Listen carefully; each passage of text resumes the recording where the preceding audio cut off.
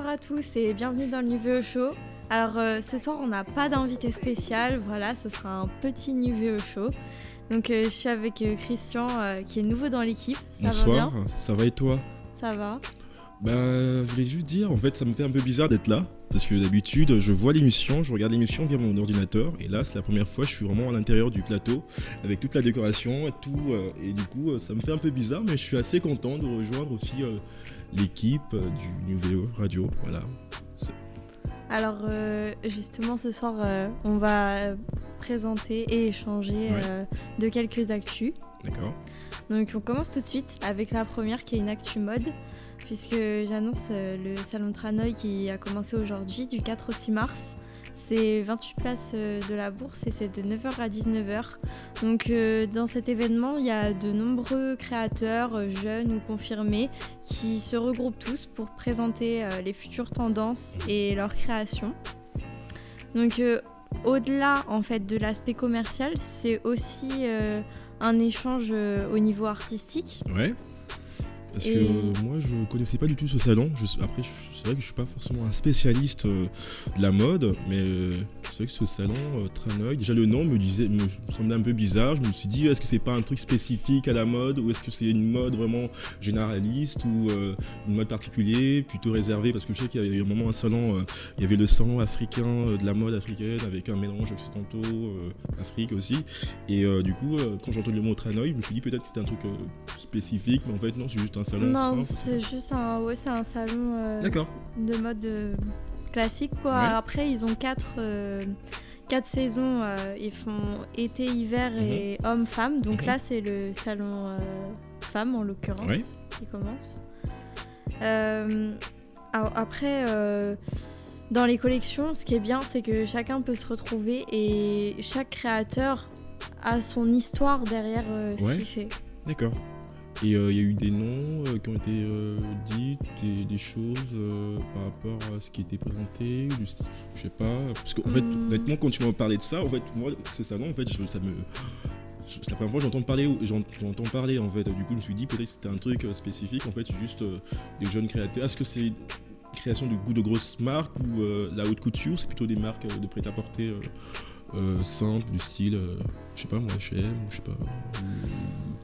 Non, c'est en fait, je pense que j'ai bien dit, je pense que c'est plutôt mélangé. D'accord. Parce que moi j'ai vu ça, sur internet. Ça a commencé, je regarde toujours un peu les événements mode. Là, en plus, c'est la Fashion Week qui va approcher, il me semble. Je suis pas sûr des dates. Je crois que c'est bientôt mars. Là, il y aura la Fashion Week.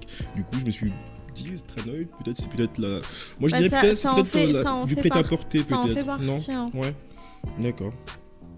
Okay. Ouais. Et toi, donc du coup, ça te dirait d'y aller si t'avais l'occasion. Si j'avais l'occasion, pourquoi pas. C'est vrai que moi, je sors pas forcément dans ce genre. Je suis pas forcément très salon d'événements de style, parce que j'ai pas forcément le temps. Mais ouais, pourquoi pas faire un tour, parce que ça m'intrigue en fait. Juste le nom, en fait, Tranoï. Je sais pas. Je T'es resté bloqué là-dessus. En fait, c'est ça le nom, Tranoï. Non, c'est pas ce truc. C'est. D'accord. Ok. Et est-ce que t'aimes la mode ou écoute, moi je suis plutôt le genre de mec qui s'habille n'importe comment, mais en fait qui cherche quand même un espèce de style en fait dans la façon de m'habiller. En fait, je suis très fripe. En fait, les grosses marques, quand je vais dans les grosses marques, c'est soit pour les baskets parce que je fais du 46. Du coup, trouver des chaussures à 46 dans une fripe, c'est un peu tendu. Du coup, en général, tout ce qui est un peu chaussures, tout ce qui va être un peu des trucs essentiels en fait pour les grosses marques. Après le reste du temps c'est plutôt fripe quoi. Je suis vraiment très, par exemple là mon pull je l'ai acheté en fripe à 2 €, quoi, tu vois. Et est-ce que tu portes un intérêt particulier par exemple à la fourrure ou aux belles choses? Ouais, c'est vrai que j'aime bien les belles choses, mais pas forcément. En fait, j'aime bien la beauté particulière. En fait, j'aime pas forcément une beauté très classique du style. On va voir par exemple, un tableau. Tu regardes un tableau, tu te dis ouais, c'est magnifique. Alors que tu vas voir des dessins un peu faits n'importe comment. Pour moi, je trouvais ça beau, quoi. Je veux dire, j'aime bien les choses un peu, je sais pas, particuliers. Voilà, je suis pas très. Tu serais du genre à créer ton style toi-même? Ouais, je suis plutôt le genre de mec comme ça. Voilà, par exemple, j'ai les cheveux verts. Je veux dire, c'est pas pour rien, quoi. Je veux dire, je suis pas forcément très branché sur quelque chose de classique, beau dans le sens sens propre, mais en gros, je suis plutôt beauté un peu plus abstrait, quoi. J'aime bien les choses un peu abstraites Et par exemple, que les autres n'osent pas porter, quoi. Genre, une écharpe en poil de koala. Alors, je suis quand même assez militant, du coup, je suis pas très fourrure d'Himalier. Peut-être la fausse fourrure, mais la vraie fourrure, je suis pas forcément pour, parce que je trouve quand même c'est assez dégueulasse ce qui se passe par rapport à ça quand tu es arraché tant de peau de bête pour ça, quoi. Ouais. Ouais, je suis plutôt d'accord avec toi là-dessus. Et justement, en parlant de fourrure et donc de respect des animaux, je vais lancer la deuxième actu. On voulait parler et donner notre avis, notre point de vue sur le mouvement vegan qui se développe quand même beaucoup en ce moment. Et moi, je pense qu'on peut se demander déjà si c'est un effet de mode ou si c'est vraiment une remise en cause de la société en ce moment. Bah, ce que je me disais aussi, parce que... Est-ce que c'est passager ou est-ce que vraiment on a fait un progrès ? Bah écoute, c'est un peu comme l'écologie. Parce qu'à un moment, l'écologie quand même... Alors l'écologie, actuellement, à la fois c'est du militantisme, c'est une façon de vivre, une façon de voir autrement les choses pour protéger la planète. Mais à la fois, l'écologie est un effet de mode aussi. Parce que quand on se dit je suis écolo, je mange bio, c'est un côté un peu effet de mode, je suis d'accord avec toi. Alors du coup, en fait, ce qui me dérange... En fait, moi, je trouve que le véganisme, c'est quand même quelque chose d'important. Après, je suis pas vegan, j'ai des amis qui sont vegan, mais moi, je suis pas vegan. Parce qu'en fait, je me dis, en fait, est-ce que c'est comme l'écologie ? Est-ce qu'on est il faut avoir des moyens pour être écologique ? Est-ce qu'il faut avoir des moyens pour être vegan ? Parce que il faut quand même savoir, être végan, c'est de se couper de tout ce qui est en lien avec les animaux, quoi. Du coup... Oui, en fait, ça va même au-delà du côté alimentaire, parce que les végétariens, c'est plus le côté alimentaire. Le véganisme, ça va au-delà, parce que c'est vraiment aucune matière animale dans le quotidien. Donc, pas de produits de beauté testés sur les animaux.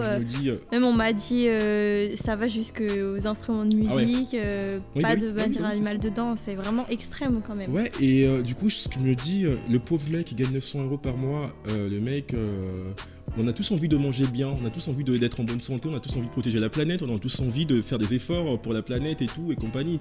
Mais sauf que le problème, il y a aussi une réalité de vie qui fait que il y a des mecs qui gagnent 900 € par mois et eux, ils ont bien aussi sauver la planète, mais sauf que 900 € par mois, j'ai pas les moyens d'être écolo, tu vois. Ouais, mais après, il y a aussi des bons plans et astuces. Après, il faut connaître. Il y a moyen, tu vois, moi, je sais que j'ai un tout petit budget et pourtant, j'arrive à... Je suis pas végane, mais j'arrive quand même à limiter ma consommation de protéines, à me tourner vers une autre alimentation.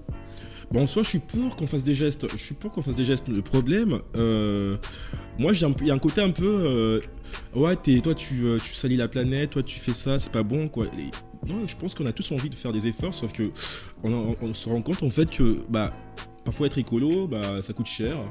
Tu as envie de faire, ça coûte cher, être végan aussi ça coûte cher, du coup peut-être qu'il faut rencontrer des gens qui sont écologistes qui sont véganes pour essayer de savoir comment ils font à un petit budget, là je sais qu'il y aura bientôt un salon. Déjà faire des premiers, il y aller progressivement, moi je pense, et se tourner peu à peu vers une autre alimentation, parce que même au niveau d'une question de santé, on se rend compte qu'il y a de plus en plus de gens qui rencontrent des problématiques parce que notre système industriel ne correspond pas à notre corps au final. Et puis là, on va arriver à 8 milliards bientôt sur Terre, et puis je sais qu'il y aura des problèmes, ils le disent les scientifiques, que dans les années à venir, on aura des problèmes au niveau des aliments, qu'il faudra réduire aussi notre façon de consommer, notre façon de manger. Du coup, oui, peut-être que... Même quand tu vois qu'on cultive des céréales pour nourrir des animaux nous, on va ensuite manger.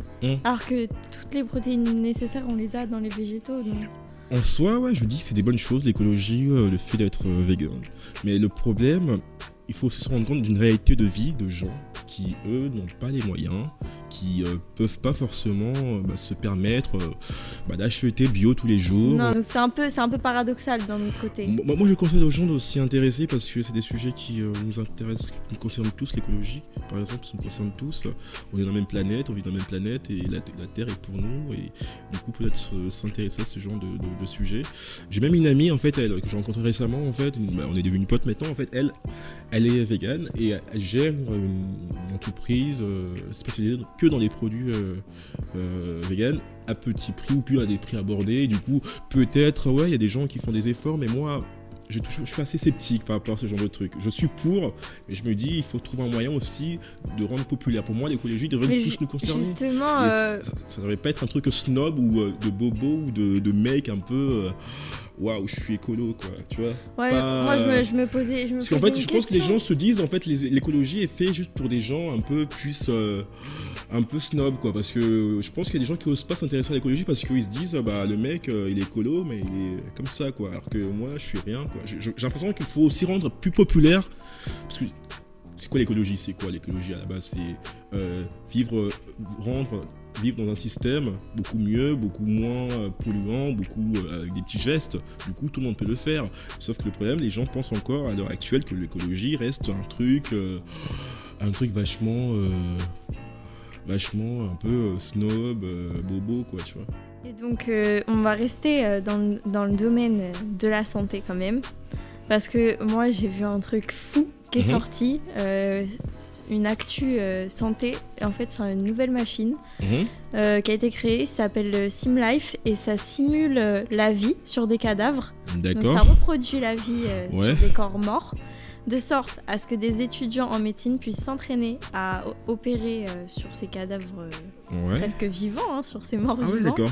Ouais, et c'est quand même génial, quoi. Je veux dire, le sang circule, le cœur bat, les poumons fonctionnent aussi. Ouais, bah c'est assez intéressant, un petit peu glauque à la fois. Tu vois, les mecs, ils arrivent quand même à redonner plus ou moins la vie, entre guillemets. Ils arrivent c'est artificiel. Artificiel, mais arrivent quand même à faire rebouger le corps mort. Quand on se dit peut-être qu'en 10 ans, dans 40 ans, ils pourront ressusciter des gens. Le plus délirant, c'est que comment c'est fait.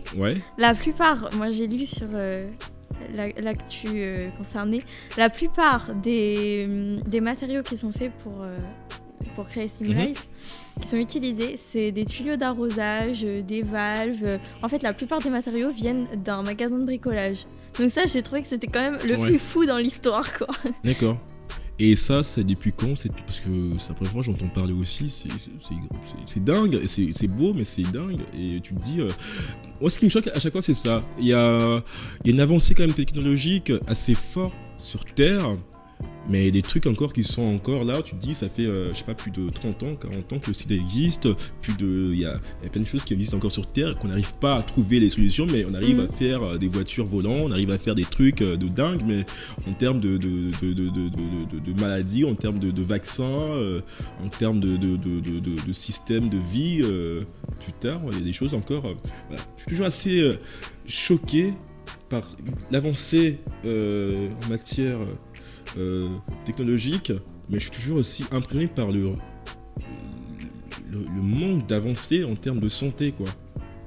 Mais là justement, le fait que les étudiants puissent opérer sur des corps morts mais qui sont quand même vrais, je pense que ça peut quand même limiter un certain nombre d'erreurs qui sont faites actuellement. Oui, bah ça certes, c'est vrai, peut-être que oui. Ça peut aussi concerner après en termes de santé, après plus tard, mais c'est juste c'est assez exceptionnel. Après, j'entends ça, quoi, je me dis waouh, c'est il y a la question morale. Mais d'un côté, j'entends dans ma tête, il y a encore des trucs à faire dans notre truc, quoi.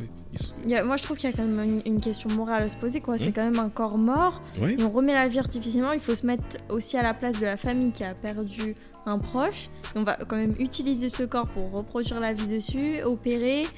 Si j'avais perdu un proche, je suis pas sûre que...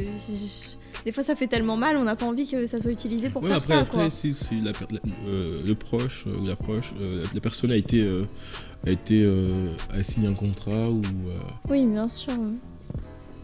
Après, c'est un peu comme la question du don d'organes aussi, peut-être. Ça s'en approche un peu. Ouais. Voilà, mais c'est assez dingue. C'est juste que je suis toujours assez... colérique en fait, je suis toujours assez impressionné, quoi. Je trouve ça juste dingue d'avancer, on crée des choses, on crée des iPhones, on crée plein de machines, on crée plein de choses incroyables, et là à côté tu te dis merde, il y a encore des gens qui créent du sida, il y a encore des gens qui et là il n'y a rien, quoi, par rapport à ça, et là à côté t'as le mec qui invente des trucs magique, quoi. Et là, je me dis, qu'est-ce qui se passe, quoi, pourquoi il y a autant de choses qui sont mises, peut-être, je sais pas, une question de fric, j'en sais rien, je connais pas le système, je sais pas comment ça fonctionne en termes d'avancée, mais tu te dis, merde, là, à côté, t'as des gens qui font des choses exceptionnelles avec des machines et tout, et là, à côté, encore, il y a des gens qui meurent encore de plein de choses, Oui, du concert, la vie est injuste, et là, hein. merde, what the fuck, quoi, what the fuck. Ouais, c'est vrai, mais bon, enfin, c'est comme ça, hein, c'est la vie. En soi, la machine, je trouve ça assez magique, hein, mais tu dis, pourquoi ils arrivent à faire ça et pas d'autres trucs, quoi. Et là, ouais. Voilà, bah sur ce, je vais vous souhaiter une bonne soirée. C'est déjà la fin du Nuvo Show, mais on se retrouve très vite pour une prochaine émission. Et en attendant, n'oubliez pas de partager sur les réseaux sociaux, Facebook, Twitter, Insta, etc. À bientôt.